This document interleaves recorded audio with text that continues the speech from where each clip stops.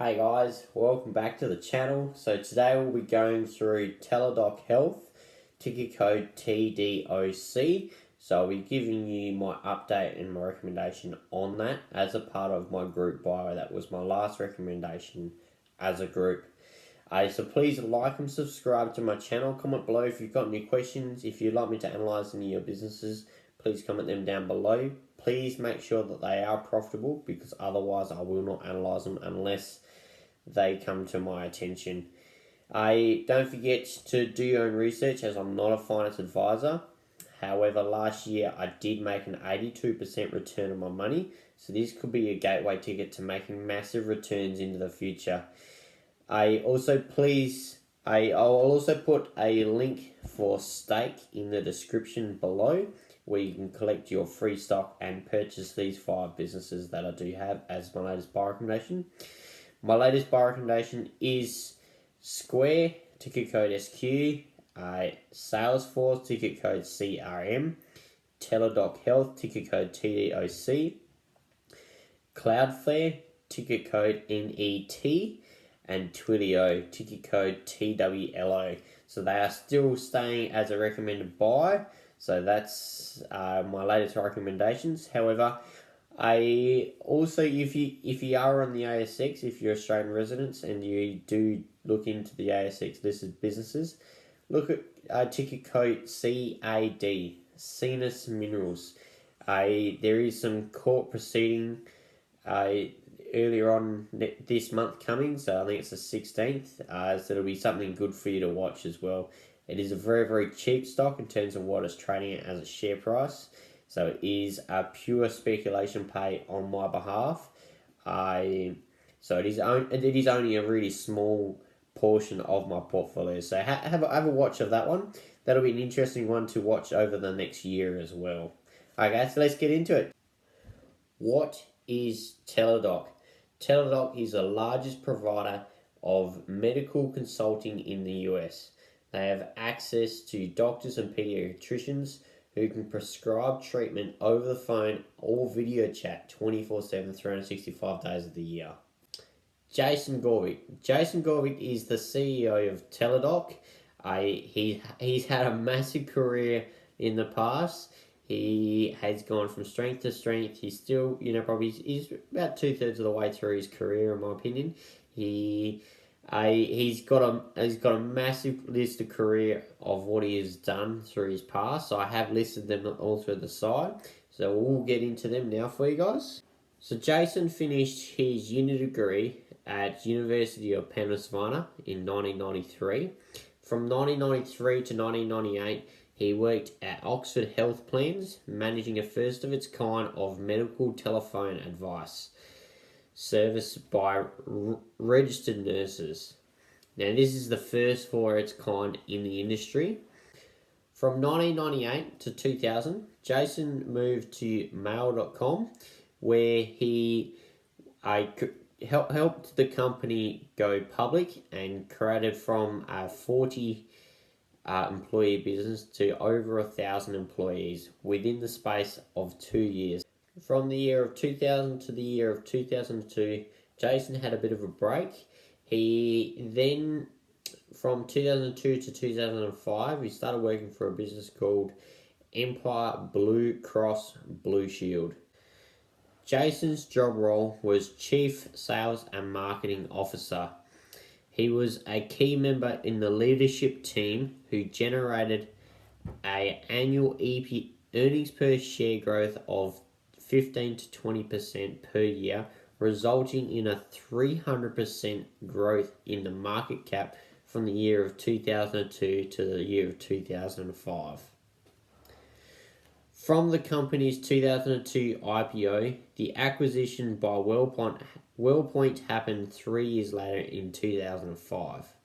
So from 2005 to 2008, he was working for WellPoint, who was the acquisition company of Empire Blue Cross Blue Shield. He continued his job role, moving up to Vice President and keeping his previous job role of Marketing Product Officer. responsible for developing WellPoint's growth strategy, and the list goes on for this job role, because he just took on a whole heap of stuff as a part of this job role. From 2009, he became the CEO of TELADOC, and he's also part of the board members as well for TELADOC. The company has acquired quite a few businesses along the way, and IPO'd in July 2015 at $19 per share. Now, the date of this recording, it did close last night at about $180 something per share. So 10x basically over the share price over the course of 6 years. So now onto the financials for TELADOC. So TELADOC had an earnings per share for 2020 of negative $3.07 per share. Now, you might be asking, why is this a part of my recommendation for my last recommendation buys if I only buy businesses that are profitable?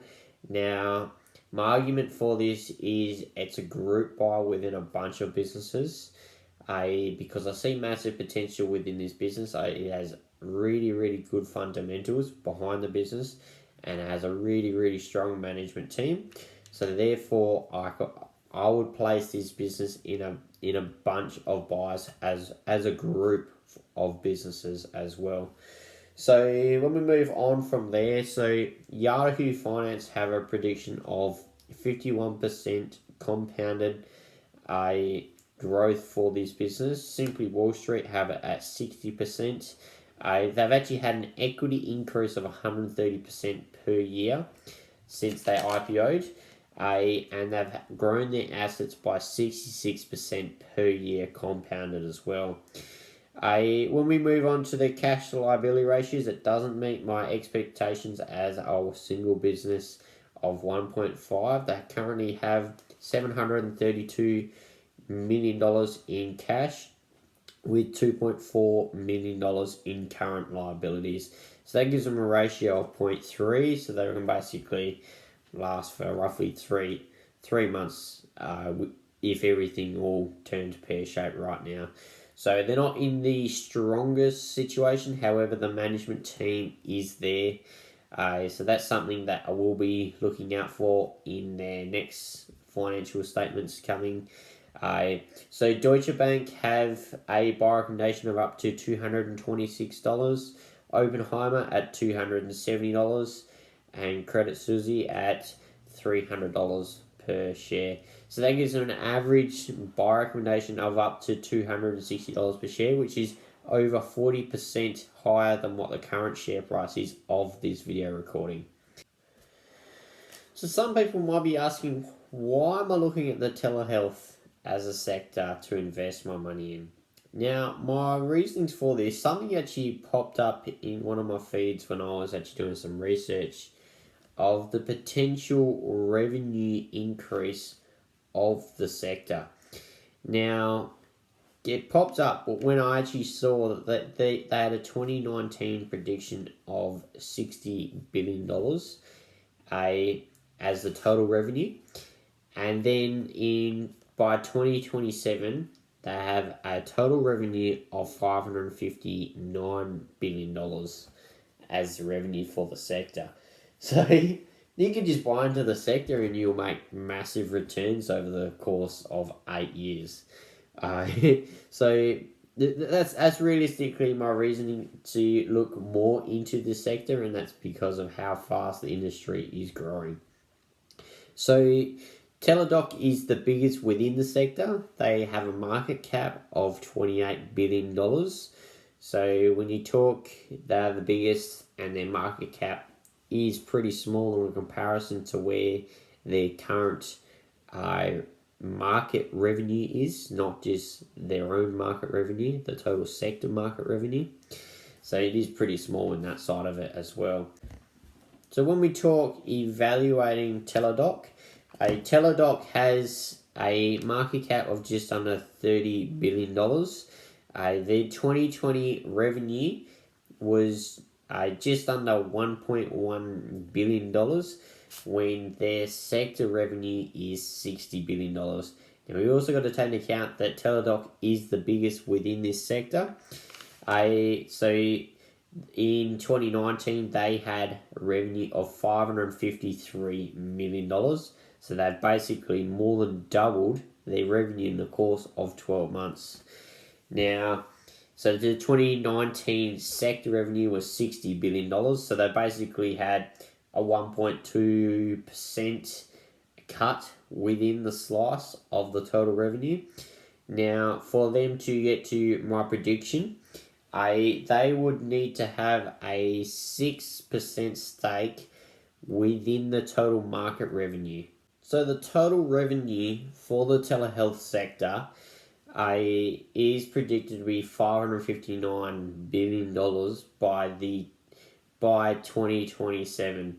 So for TELADOC to have a 6% stake within the revenue, they would have to have a revenue around about $33 billion from a $1.2 billion.